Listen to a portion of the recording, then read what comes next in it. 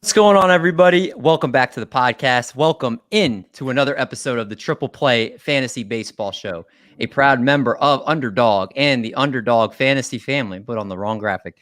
Make sure you guys use code Triple Play at checkout, and you guys will get 100% deposit match up to $100 if you use Underdog and you use code Triple. So make sure you check that out.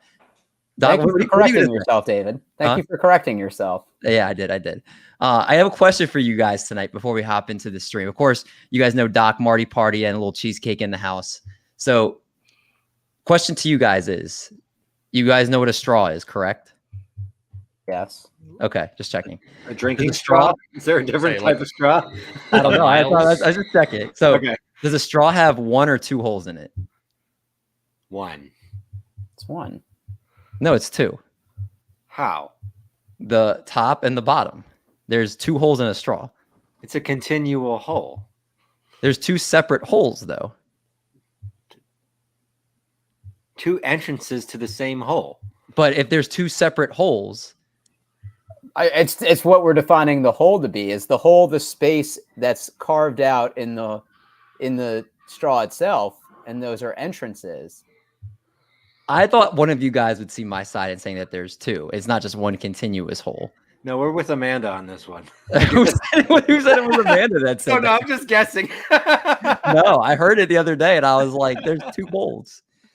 I don't know. Maybe Marty's asking Tyler. Let's see what she says. Kev's in here asking fantasy football stuff.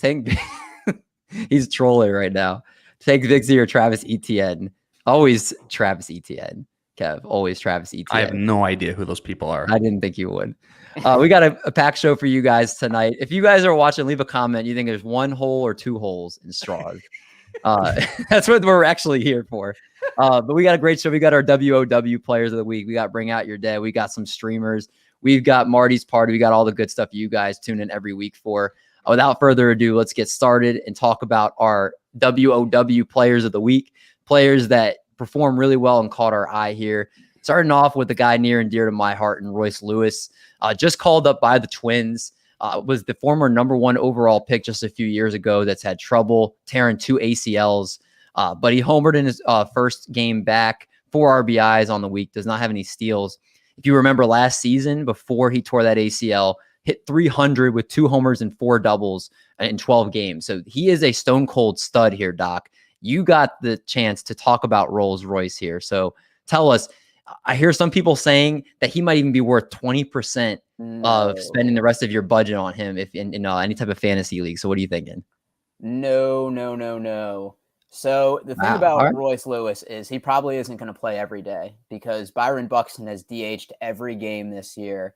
And I doubt they move him to the field. And barring any further injury to his knee, I doubt that they place him out of the DH. And so you have to think of Royce Lewis as somebody that isn't going to play every day.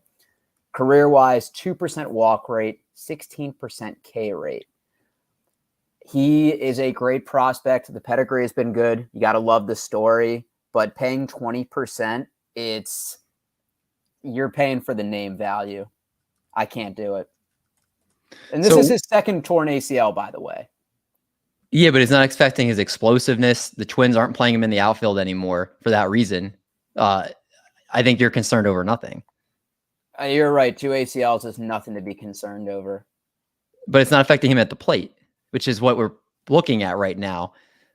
Is explosiveness going to affect his ability to steal bases? I mean, he might steal a couple bags. He did have some steals in the minor leagues this year. But right now, he's somebody that can get you 20-plus home runs rest of the season. Yeah, he had 4 in the minor leagues in 10 games. I'd like to see that against big league pitching. And, I mean, he had 4 home runs in 10 games there. It's a small sample size. Over or under 10 home runs rest of season, Doc? Is that too low? David, in the pros, he's only played 14 games. Over, under, what's the number you want? Right now, he has 1 home run for the rest of the season. Yeah, rest of the season. What number you want? He doesn't hit over 20.5. Assuming he plays enough games, I would say. No, it's not an assumption. How about 15? 15. 15. 15? You could hit over 15.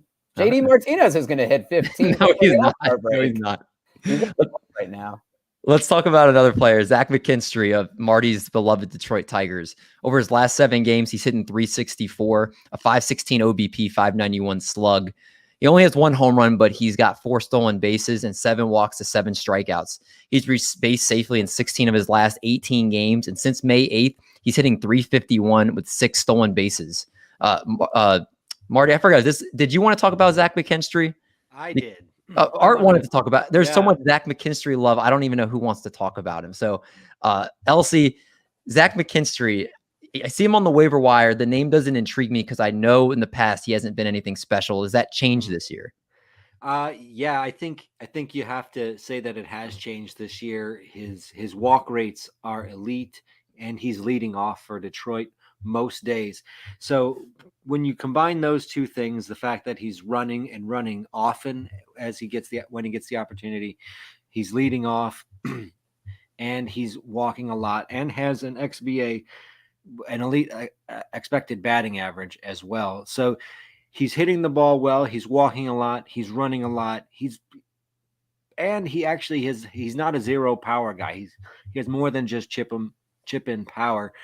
I think that right now he's a must add in all 15 teams, and in 12s you should be considering him, especially if you have a hole on your team, because he's eligible in so many different positions. Let me look up on Yahoo. Art has him as second base, third base, shortstop, and outfield.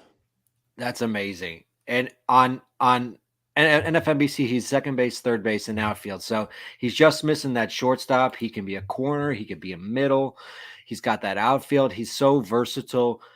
We all know, we've all rostered McKinstry at some point when he's with the Cubs or the Dodgers. We know he's had streaks where he's been really useful before. I just have never seen him give this much run at a premium lineup position. So I think he's definitely an add, especially in the deeper leagues you are in. So at the very least, you want to ride the wave until it just comes crashing at some point. Yeah, definitely.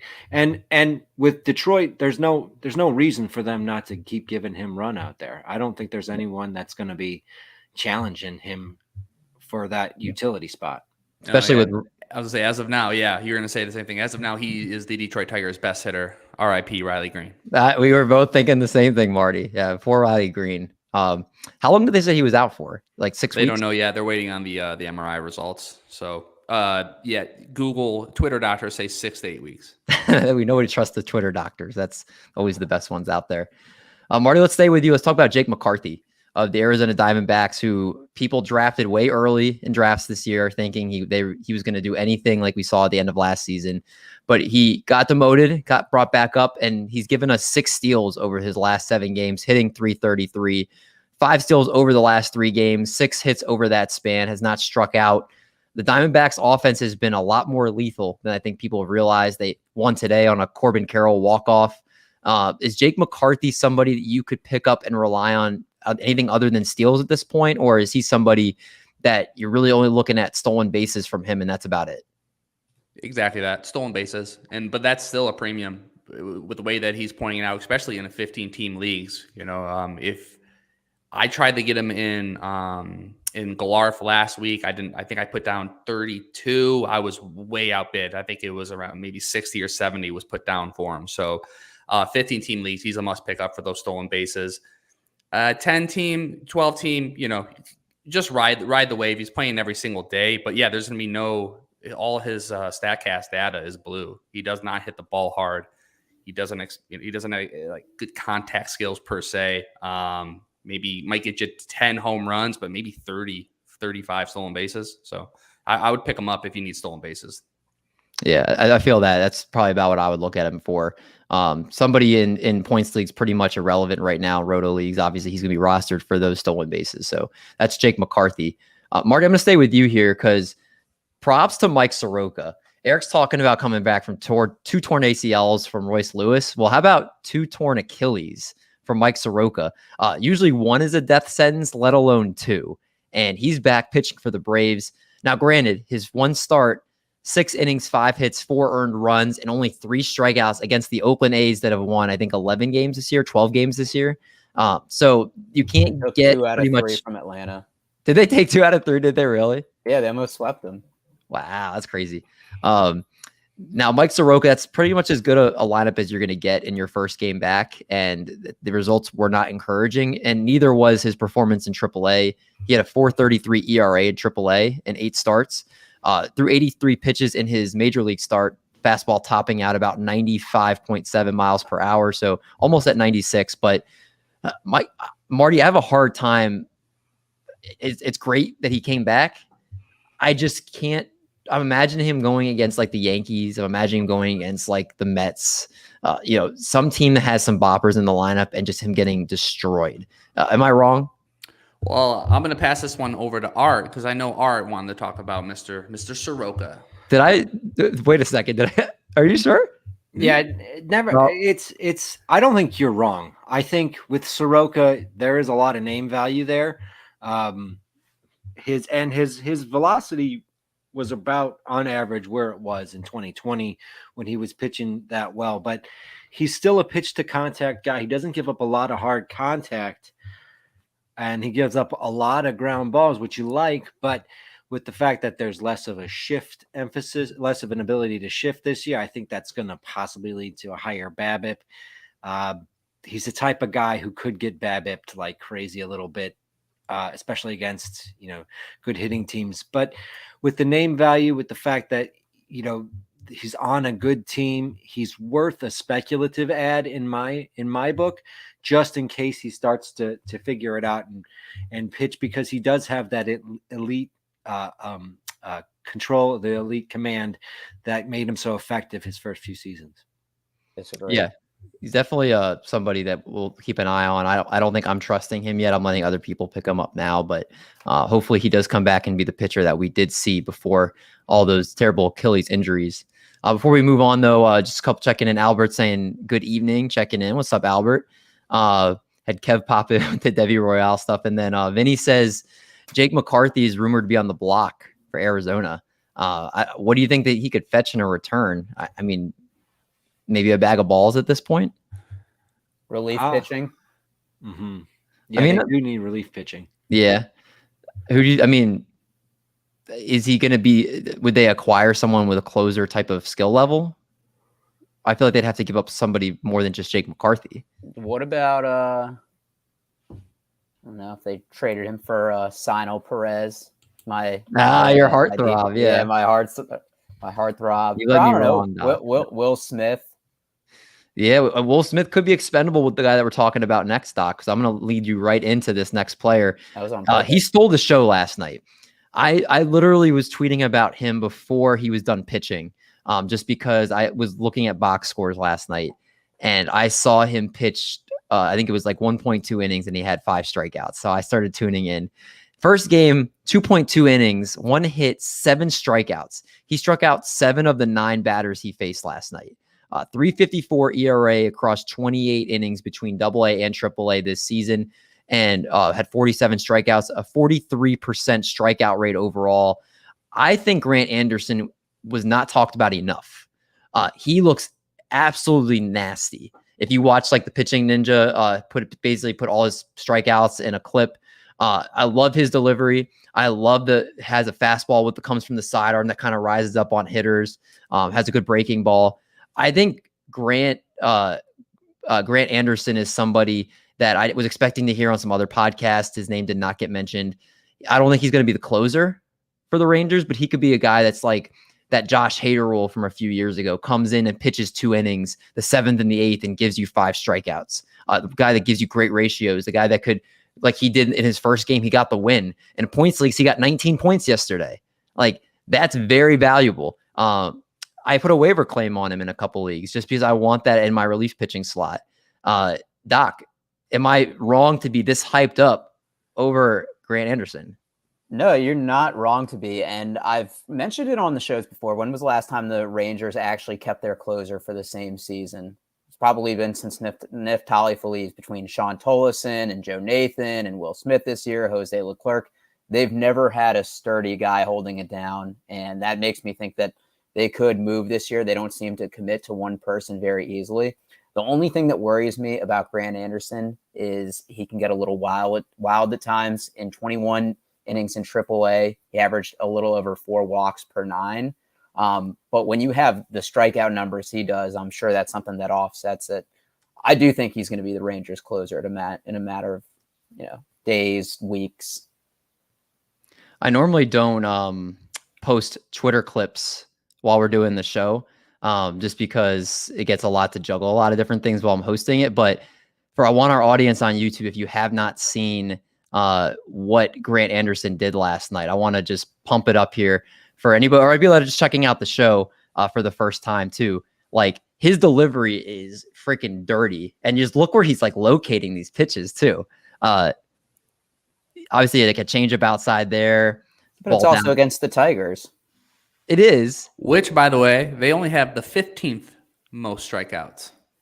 They've been decently better hitting. The 15th less strikeouts, if Doc, how you look at it. I know you would appreciate somebody like him. Like, look how he delivers the ball like that. You're someone that likes the visuals. I do. David, I agreed with you. That's how you know it's real. And I think for Will Smith, he's had a good start to this season. 3.32 ERA. But I think the more innings he throws, and if we see that fastball velocity dip down a little bit, he's someone that has struggled giving up the home run or the long ball. And I think that's like the death sentence as a closer if you give up a lot of home runs. Yeah, agreed. It's definitely somebody I was the most excited about to talk about on this show tonight. No doubt. But Marty, now we'll get to your guy, a Detroit Tiger, Alex Faedo, who I will highlight against the Chicago White Sox. 6 innings and 10 strikeouts, 2 starts ago, 2 earned runs in that start. 4 of his 5 starts allowed 3 or fewer earned runs and a .92 whip with a 26-2 K to walk rate across those 5 starts. Obviously, last start did not go so well. I was trying to kind of look on the bright side of things. But Alex Faedo has been very fake, if you will, because I think he's shown glimpses of things in the past. Maybe not this strikeout upside, but I think he's not somebody I would consider rosterable. Am I wrong in thinking that? I think in the deepest leagues, I think I may have him like as a risky business. He could be a sit too, and obviously in short, like in small leagues and like that. But dude, when you're talking about 26 strikeouts and only 2 walks, I'm listening. And that has not the fact that he's a Detroit Tiger. I always stay away from them. But when I actually lifted up the hood on him, I'm like, it's actually not that bad. And shout out to Nick Pollock. I've been using his pitcher list. Been on the website, the Pitcher List Plus, dude. Yeah, pretty smooth, I will have to say. So shout out to him and the guys over there. They do a great job. But yeah, 3.56 xERA. I mean, that's going to play right now in the starting pitching average or the starting pitchers. Their average ERA right now, or xERA, is 4.73. His is 3.56. So the ERA is pretty good. The whip is 0.92 because he's not walking people. Now the BABIP, 232. So there's going to be some regression there. So we're going to have to keep an eye out on that. And he's given up 2 home runs per 9 innings. Now that can be a noisy stat in 26 innings. But I think in the deepest league, I would keep an eye on him. He's not a must add by any stretch of the imagination. A streamer, pretty much, kind of. I feel like in the right matchups, even a risky streamer. Yeah.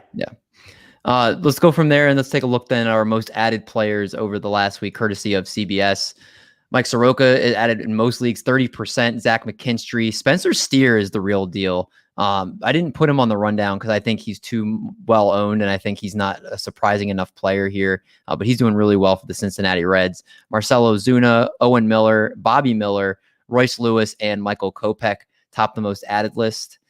Looking at the most dropped players, we have Grayson Rodriguez, Art's favorite player, of course, topping the list and dropped in 20% of leagues as he was demoted to AAA. Dominic Fletcher, Jaron Duran, Gavin Stone, Vince Velasquez, Brandon Pfaadt, Brent Rooker. Oh, man, that one hurts. It's so sad to see Brent Rooker on this list. And Graham Ass Crack is also on this list of most drop players. Then looking at the next week's schedule, the only team that plays 5 games is the Seattle Mariners. Every other team plays 6 or 7 games next week. So unless you have a Seattle Mariners player on your roster, you don't have to really worry because you're not going to be having to face a games deficiency with your players next week. All right. Elsie, with that being said, I know there was some hurt, maybe not as much as there normally is, but there was some hurt last week. So let's talk about some players for Bring Out Your Dead. The hurt that happens to you because your fantasy team, even if it's not widespread, it cuts deep. It cuts deep like a burn from Doc, when he gets you deep, when Doc hits you in your soft spot, he's got that rapier wit when he does it. And your fantasy team can burn you like a Doc verbal jab, pretty bad, maybe even worse. And we got some hurt going on this week.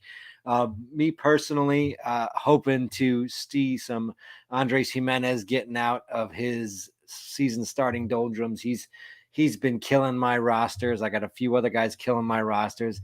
Let's see who you guys are putting forward as killing your roster. Want to start with Kelly Kirby at the Wonky Penguin, talking about Lance Lynn, someone who I am certainly feeling the pain with you as well, Kelly. Even if he somehow returns to form, Kelly says, my roto leagues are a disaster. Now, Lynn, someone who people were still thinking, his strikeouts are still there. He might still be able to turn it around. Of course, if you pitched him last week against the Angels, you really got kicked. Well, I guess that was Monday. You really got kicked in the privates with that one. That was a tough one. You can call me out, That person is me. I started him. He took my first place TGFBI team now all the way back down to 2. All on his own. Oh man, you and Kelly are both hurting from that. Lynn, I actually managed. I had on my 12-team league where I had Lynn. I had enough pitching to sit him because I was not sure about that. But it's light out there, light amount of people to grab. Lynn is probably in most starting lineups for this week and hurting most people. Edward Gillis also having some pitching troubles, and good old Alek Manoah back on the Boyd list. Edwards says Alek Manoah is dead to me. Killed 2 leagues. Well, you're not the only one, buddy.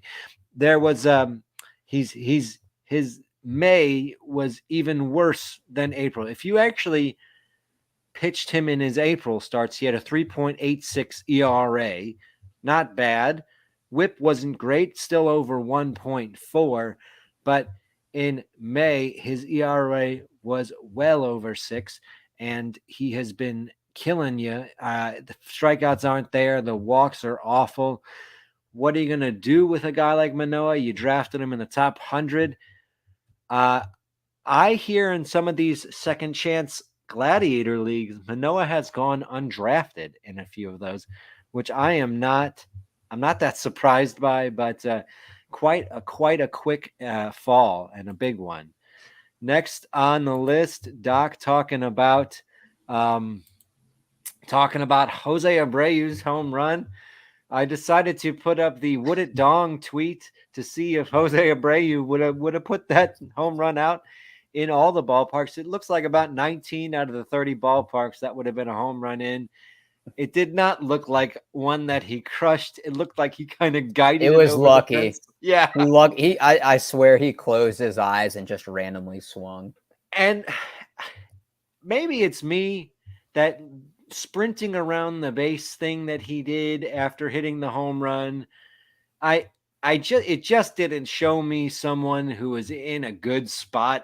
It kind of made me think like he was messing around and fooling around with it. And I was like, listen, you've been stinking. Maybe stop joking around and just take this and put it in your back pocket. 1 for 12 since that home run in the 3 games since that home run. And cut that facial hair. Exactly. David also bringing up Mark Leiter Jr., the bane of Cubs fans' existence for blowing that lead the other day. And Cubs just don't have anyone to rely on the bullpen right now. Maybe Alzolay. Leiter not getting it done. Really, really killing it. David, sorry he did that for you. I don't know which team you had him on. Hopefully you were able to take him out. Dropped his ass to the curb. It was in our home league. Yeah, it was against me. A nice minus 12. No, that's a beautiful. Mark Leiter Jr. Yummy. That's a beautiful one. Doc also brought up Ryan Helsley, now currently second on the Cardinals in season saves, to Giovanni Gallegos. Helsley looking like he's losing his hold on that closer position. I don't necessarily think it's going to be Gallegos to hold for the rest of the season, but Helsley, not the same pitcher that he was last year. Frankly, he's been much better when he wasn't pitching the ninth.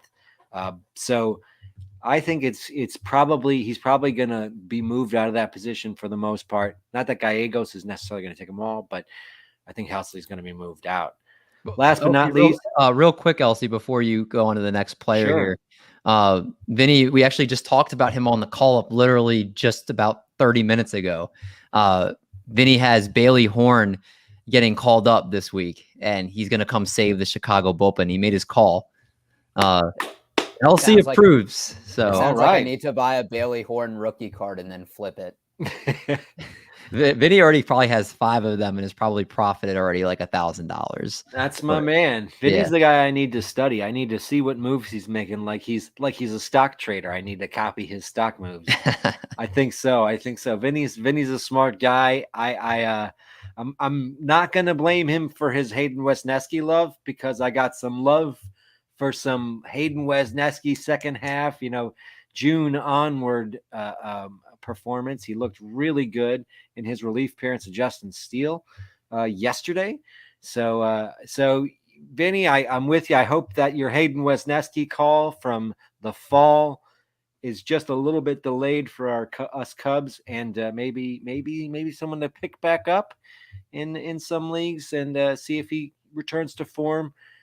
But guys who aren't in form, Marty brings up another Marty, Mr. Martin Perez. Which, by the way, I do not own on any team. I just need to say that. I just recognize that he should be killed. Whoa, no, that's a cop-out answer, Marty. I wasn't talking to you, Doc. I was talking to Elsie. And Perez's April was true to his 2022 form. His May, true to his 2021 form, where he had his almost 7 ERA. And 18 strikeouts to only 11 walks in 27 innings, where he was 26-9 in April. You hope it's just a tough month, but we have all been waiting for this sort of what is it? The rule where the guy is just pitching over his head for a while and he's going to come back down to earth. What's the name of that pitcher? You lost me. Oh, I thought you were going to go with what the regression monster that Curlin does. That's where I thought you were going. No, regression monster. I can't remember. Which, by the way, I think is funny. Yeah. People have been taking offense to it. I've been seeing some people. It's so pathetic. How could you get mad at that? It's so dumb. Yeah. No, I just don't like it when it's a picture I have on my teams and I see that tweet and I'm like, and I don't know that they blew up and I'm like, are you kidding? Yeah, that's what I mean. It's like a bat signal. Yeah, when happened to Joe Ryan the other night, I didn't see that he'd pitched bad, and then I saw that tweet first. I was like, damn. Obviously, some players hurting us this week, but hopefully next week, less players on the cart here. Doc, do you want to take us to the doctor's office? Am I taking you to the doctor's office, or are we doing some panic in the front office? No, we'll save the panic. Actually, you know what? I always mix Marty's segment. Let's do the 2 starts first, then we'll go to the doctor's office. Curveball. Look at that. Yeah, no, I got to keep things fresh here, Rich Hill curve. Bang. All right, this is for the upcoming week here. These are your 2-star pitchers starting on June. Yes, we are in June 5th through the 11th. Always check the Sunday before, because this comes out on Thursday. Many things change as far as 2-star pitchers every single day. So up until Sunday evening, be looking at it. Heck, Monday morning, take a look. But here's your no doubters. Kevin Gausman versus the Astros, and then the Twins, Framber Valdez at the Blue Jays, at Cleveland. No doubts. You got to start them in every league that they're that you got them in here. Let's see. Nope, not yet. Bang. All right, hop into the should start pitchers. Aaron Nola versus Detroit at the versus the Dodgers. Hunter Brown as pictured. Your boy David at Toronto, at Cleveland. Tough matchup, but everything I've seen from him, he's really good. I don't think we even talk about him in that realm of like rookie pitchers, or because he's been doing well all year. But yeah, excited to see him in there. Zach Eflin out of left field. I think a lot of over the entire offseason, people talked about how the Rays could maybe fix Eflin and get the most out of him. So far, so good. Versus Minnesota, versus Texas. If I have him, I'm starting him. And then Hunter Green. I tried to bring this up before my mic cut out off before the show. He was in risky business up until an hour ago. And every time he goes another 7K performance tonight, he's getting his walks down. The blow up could still be there. I'm not saying that's not possible, especially next week. He's versus the Dodgers at St. Louis. So 2 top 10 offenses. But right now, I'm feeling 100 green love. He's a should start for me. All right, as long as you acknowledge the potential blow up risk. He's pitching right now. It's 2 true, walks and 7 strikeouts in 5 innings. He's coming out for the 6th. So all right, we'll see. Why he gets blown up and then he makes it extremely risky. But no, I mean, Hunter Green, like I said, like an hour before, I'm going back and forth. Is he risky or is he a should start? If you're in a points league, ooh, baby, you got to fire him up. Enjoy it. Who cares if there's a blow up? You're going to get so many Ks from that, so many points. But yeah, Roto, it's a little bit riskier, obviously. Risky business, moving on. And this one pains me because I love me some Bieber, but Shane Bieber, I looked for Shane Bieber upset. That's what I Googled for this photo, and I found it. He got rocked in Baltimore the other day. He did. Yeah, it's he did. I mean, the K percentage is, what is it? The one time I didn't bet his unders. No, well, there you go. But yeah, it's a fallen from grace for sure with Bieber, and it sucks. Bryce Elder versus the Mets versus Washington. I understand he's top 3 in ERA. He's doing what Martin Perez did last year, and Chris Towers from the CBS Baseball Today podcast, he was talking about it, and I actually completely agree. All of the stats point to Elder not being good, and he keeps being good, and so I don't know what to do with him. So I'm just going to label him as risky business. If some people think he's a should start, I can't argue with that. He's top 3 in ERA. What do you want to do with him? But as of right now, I have him as risky business because I can't figure it out. Tony Gonsolin at the Reds versus Philly. Yeah, that's just tough for me. What do you guys think about Tony Gonsolin? I wanted to hear you guys' thoughts a little bit on him. I don't want to start him unless I have to. Is that where we're at with him? Yeah, at least for me. Yeah. You're not getting any K upside. You're banking on potentially getting a win and him going 5, but he's someone that has a very low ceiling, and I don't like that for a pitcher. Yo, can we talk real quick? Because Vinny put this in the chat. Is this too perfect? Shane Bieber to Baltimore, and they could. I don't know what bat you'd have to give, but Cleveland needs pitching. I'm sorry, Cleveland needs hitting. Baltimore needs pitching. Now we're under the assumption that 2 baseball teams that don't really give a shit about winning are all of a sudden going to try to do something to win. So yeah, that's a fair point. I hope so. That'd be great. I would like to see Bieber in that environment. Wow. What bat could the O's give up? They wouldn't give up Mullins. Mm-mm. They would want a younger. My guess is they would ask for no, that'd be awful. They would ask for Colton Cowser. That's way too much. I don't know. For Bieber, I mean, granted he's having a down year, but Cy Young a couple of years ago. Yeah, he's not that pitch anymore though. The Orioles would have to give up a significant bat. My guess is Colton Cowser would be the guy that they'd be looking at because Adley's untouchable. Obviously, in terms Gunner's pretty untouchable. Yeah, Gunner's. They're not trading Gunner either, so that's why I'm looking at Colton Cowser as like the next one that I could see being the start of the conversation. I had read earlier this year that potentially Giolito could be on the move. Yeah, Dylan Cease too. They said the White Sox might blow it up. Yeah, I'd love to see them trade for Cease out of those 3. That's interesting. What about Kyle Stowers? Is he injured? I know he doesn't have the ceiling that a guy like Kaiser has, but he's MLB ready. If only they traded Mateo a month ago. Yeah. Yeah. You know what's funny? Sorry, we took over. One last thing before I'll take the graphic off. One last thing before we go back to it. I was listening to one of our old podcasts like 2 weeks ago. Don't ask me why. I think it was because I had ran out of pods to listen to, and I just randomly picked an old episode. And in the news and notes section, it was Jorge Mateo the Padres sign Jorge Mateo or trade for a player to be named later. It ends up being Jorge Mateo. Do we think anything of this? Is Jorge Mateo anybody we should keep an eye on? We're all like, no, Jorge Mateo is garbage. We didn't even know who he was. And then it's like Jorge Mateo was like doing awesome for the O's. I was like, that's hilarious. Wait, who was he traded for? It was like the Padres traded the I forgot with which team, but the Padres got Jorge Mateo and had him assigned to AAA. That was the transaction we read. Wow. And I was like, it was like 2020, and I was like, that's so wild. I'm offended that you picked an episode that I wasn't in. Yeah. The good old days. No, that was a long time ago. Yeah. So whatever. Back to my segment as I'm already being X'd out. Yeah. So just to put the cap on Tony Gonsolin, 4.17 xERA, career low K percentage, only 17.7. He's walking batters at a 9.2 clip, and BABIP a 155 BABIP. So yeah, a blow up's coming. Tread lightly. Lucas Giolito at the Yanks versus Miami.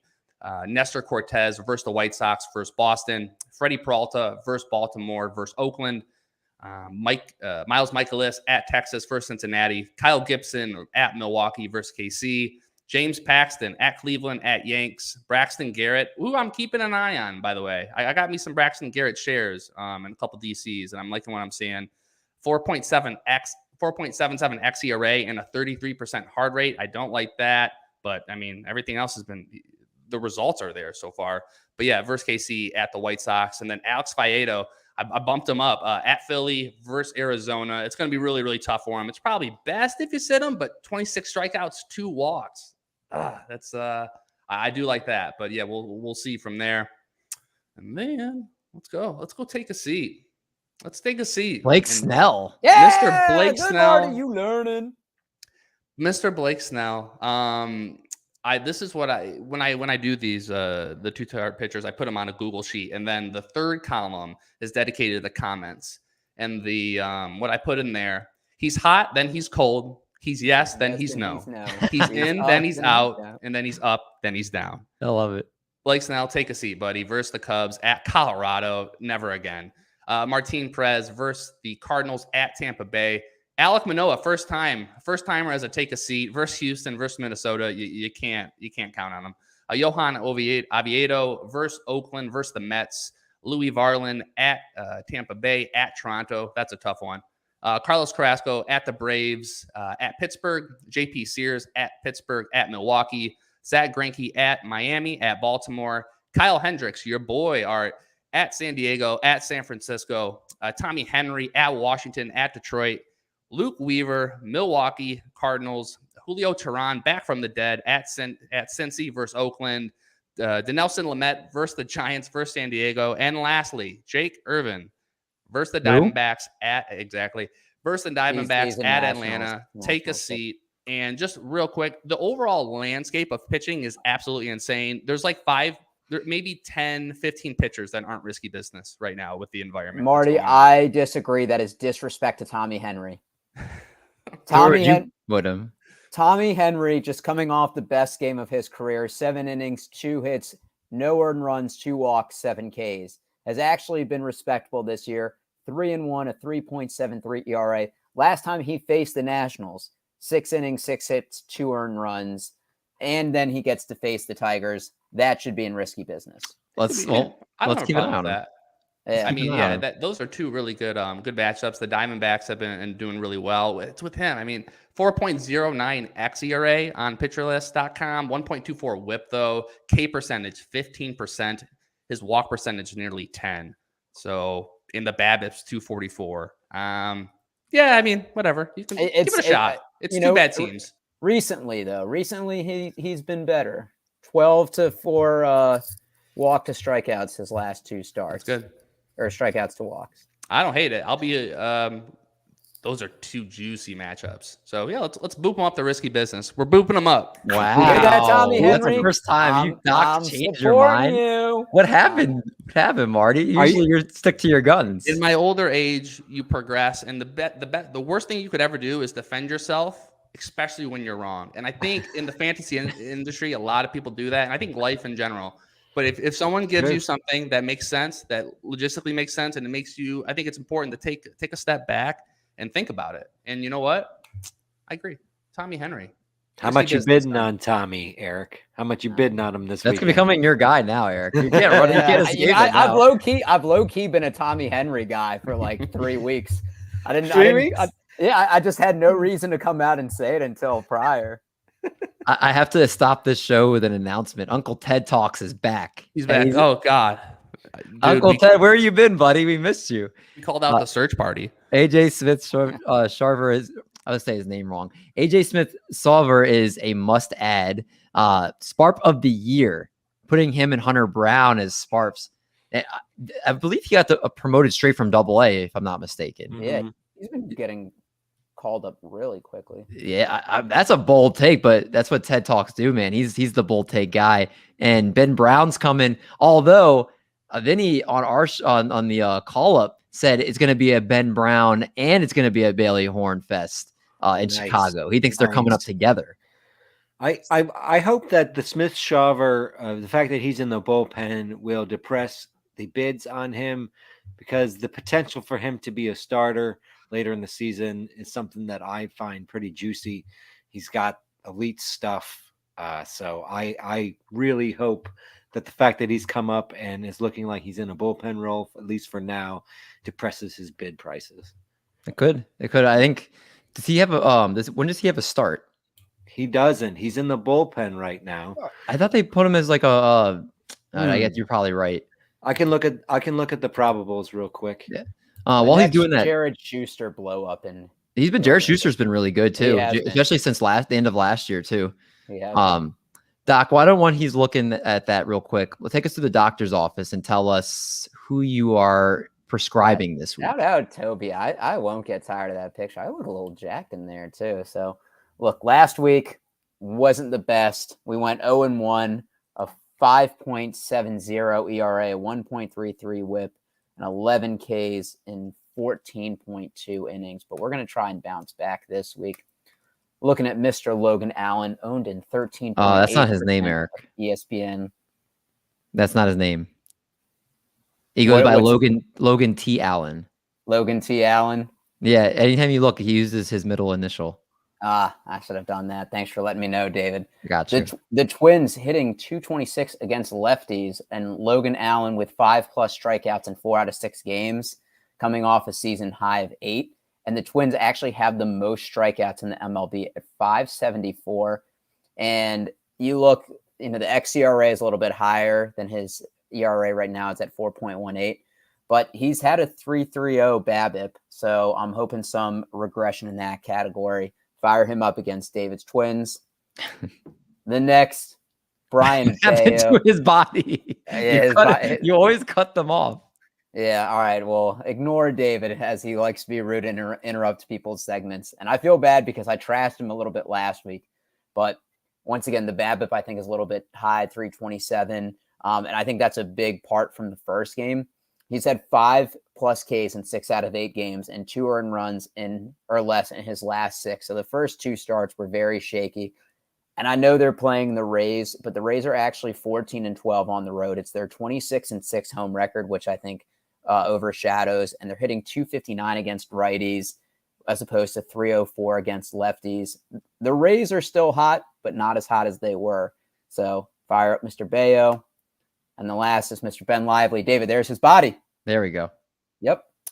Owned in 5.5% of ESPN leagues, throwing 3 pitches currently with a below 250 XBA, 5 innings, 2 earned runs or less, 6+ Ks in each of his last 3 starts. And he faces a Brewers team that has scored 20 runs in their last 7 games. And fun fact, did you know the Brewers are first in NL Central, but they have the worst run differential? No, I didn't know that. There you go. Really quick in the chat, we have Tony in the comments here who put the nickname for Logan out. And I like this. I didn't know what he was talking about. Low Gallon. I was thinking of, like, for some reason, like when I saw it, I was thinking of like Los Pollos Hermanos. There we go. Better Call Saul, Breaking Bad reference. Yeah, dude, I'm rewatching it right now. I don't rewatch shows normally, but I after I finished Better Call Saul, I had to rewatch Breaking Bad. Breaking Bad, nice. Yeah, I'm on the start of the 3rd season. It's as epic as I remember. But yeah, that made me think of that. More time in your day than anyone I know. No, but you know what? I'm like, I don't. I always multitask and I'm doing other things and I just have it on. It tells me like how many things he does. I'm like, dude, do you have more than 24 hours? One of the things I'm doing, my coworker, he's getting me into video games again. So I'm like, I'm buying a PS5. Like as soon as we like get the house, hopefully, and like I get like my man cave set up, PS5 is coming. Like we were already talking about doing like PGA golf. That's what I'm hearing. I'm hearing a triple play fantasy Twitch stream. We 100% got to do that. We got to do MLB The Show. I would say you can beat David and Madden any day you want. No, we're gonna stream MLB The Show. All right, David. If you get MLB The Show, I might have to get a PS5. Dude, get a PS5 so we can stream. We'll Twitch it on here. We'll get a Twitch for TPF here. Doc, can you? Tony, I love it. Stone and watching this show. That's commitment right there. I absolutely love it. That's when we make the most sense. Yeah, exactly. Yeah. Royce Lewis. Yeah. Uncle Toby, we were talking about him earlier. He's a beast. Doc and I have a bet on him. All right, Marty, do you want to tell and give us your Marty's party for this? Yeah, let's stop at the party real quick. All right. So these are going to be your streamers, hitting streamers coming up for this weekend. Let me get you the dates on there. So the 2nd through the 4th, this upcoming weekend. And yes, you're seeing, if you're watching here on YouTube, there is a repeat buyer on there. But Jack Sawinski, if you're on baseball Twitter, there was much talk about him. People bragging that they got him, people saying he sucks, even though he's doing well, all that stuff. I was like, you know what, dude? Some people are being rude to you, dude. You can come to my party. It's all good. Like, whatever. If you want to maybe come, I threw him the invite. He was like, yeah, let me know. So, yeah, we're sitting on it. But, right, hey, Zawinski, 91 percentile in his walk percentage while barreling the ball in the 95th percentile. He's hitting the ball. He strikes out a ton. There's no doubt about that. But sitting at 11 home runs, 6 stolen bases on the year, going into he's versus St. Louis this weekend, which has a middling pitching staff, 4.31 team ERA. So I like that for the weekend. Akil Badu, who was unfortunately left off was not allowed over last weekend when we played, me and Berger played Madden, even though he hit that grand slam. So he's going to Chicago to face the exact same team.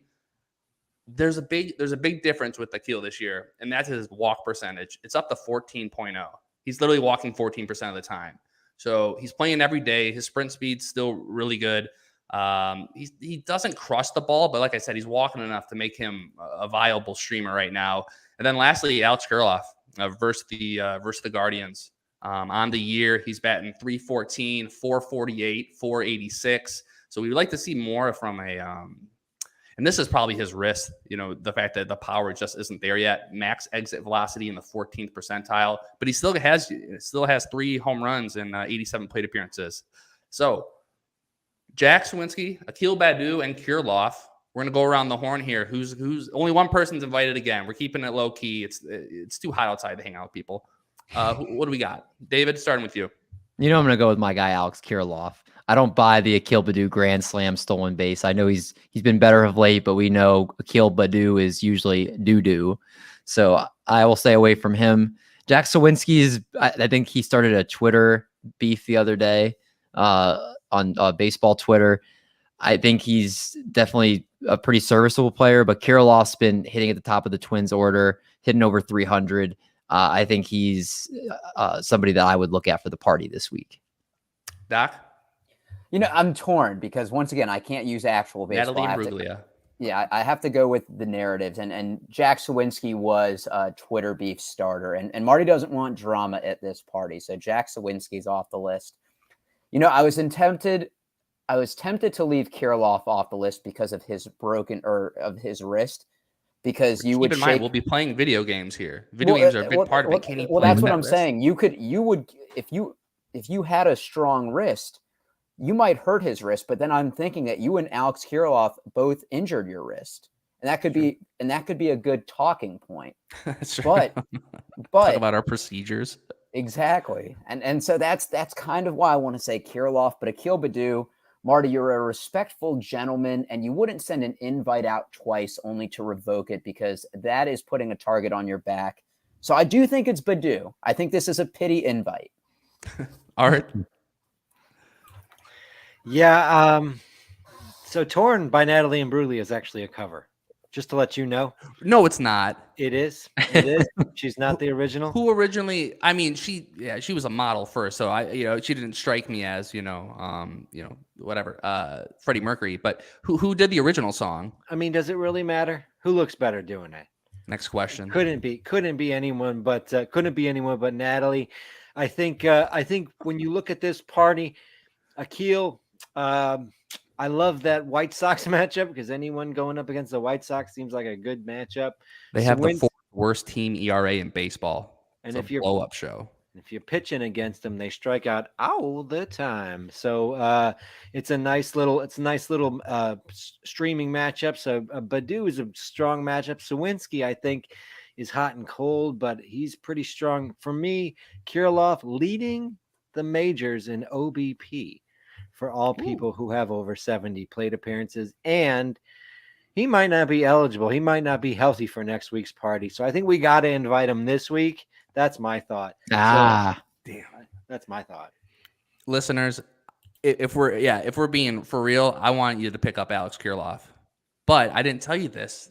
You know what, Baddoo? I felt terrible to not invite him last week. I reached out to him. He said, hey, you know what? Come to Chicago with me. You and the girl, have a nice weekend. I'll put you up, a nice hotel. So we're going to be going out to the Windy City here, hanging out with Akil Baddoo, playing video games.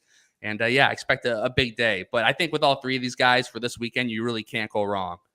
So wait, Baddoo was invited to the party, right? Baddoo's coming. I'm going to he's flying me out. I think I haven't gotten one wrong on the year. You guys are too busy actually looking at because stats. You're looking at like the non-baseball reasons. So you invited him once last week. You can't invite him again. The point of Marty's party is that everybody whoever makes this list, go pick them up. But there's somebody special I want to spend my weekend with. Near to his heart. Yeah, you guys just don't know Marty like I do, I guess. Our last segment of the week is going to be something we might try to incorporate going forward. And that's going to be the best hitter and pitcher matchup, something that I think is very valuable for not just player streamers, but if you're looking at picking up players from various teams to stream, players that might be normally irrelevant, but they're going to Colorado for a 4-game series in Colorado, or, a pitching matchup going against, or a Twins faced lefty, that the Twins lineup is going to struggle. So these are, I think, very important for fantasy teams, and LC is going to put the backpack here, burden the weight here of your troubles and your stress, and he's going to help you out with these hitter and pitcher matchups. Yeah, thanks for that, DMendy. I wanted to let you guys know that this week we're starting off. We're gonna go over the ballparks where hitting has gone well so far this year, and I'm gonna pull up. I'll read out the ballparks for everyone who's listening at home, and I'll pull up the screen for everyone who's watching. The best park factors for 2023 coming into this week: Fenway, Coors, Kansas City's Kaufman Park, Texas's Globe Life, Minnesota's, I don't know what that's called. The White Sox play in Gobbledygook's Century something Field. They always change it every year. The Cardinals, Milwaukee, the Angels, Houston, Cincinnati, San Francisco, and Atlanta. Those are the parks this season that are currently playing as hitter-friendly parks with an over 100 park factor. So teams this week that play all of their games in a park that has an over 100 park factor, and what I consider very good to stream, to find hitting streamers, are Milwaukee, Cincinnati, San Francisco, the Chicago Cubs, St. Louis, Colorado, and the Angels. Colorado has 6 home games. So that's a really nice matchup there. For Colorado, I'd be looking at guys like Jerkson Profar, Randall Grichuk, and Nolan Jones if you need an outfielder. Harold Castro has also been getting a lot of run and is a versatile infielder as well. He's someone who has a lot of availability, and I'd be looking at Castro. And that's, again, for Colorado with their 6 home games. Also, Milwaukee and Cincinnati have 7 weeks this week, and both have all of their games at hitter-friendly parks.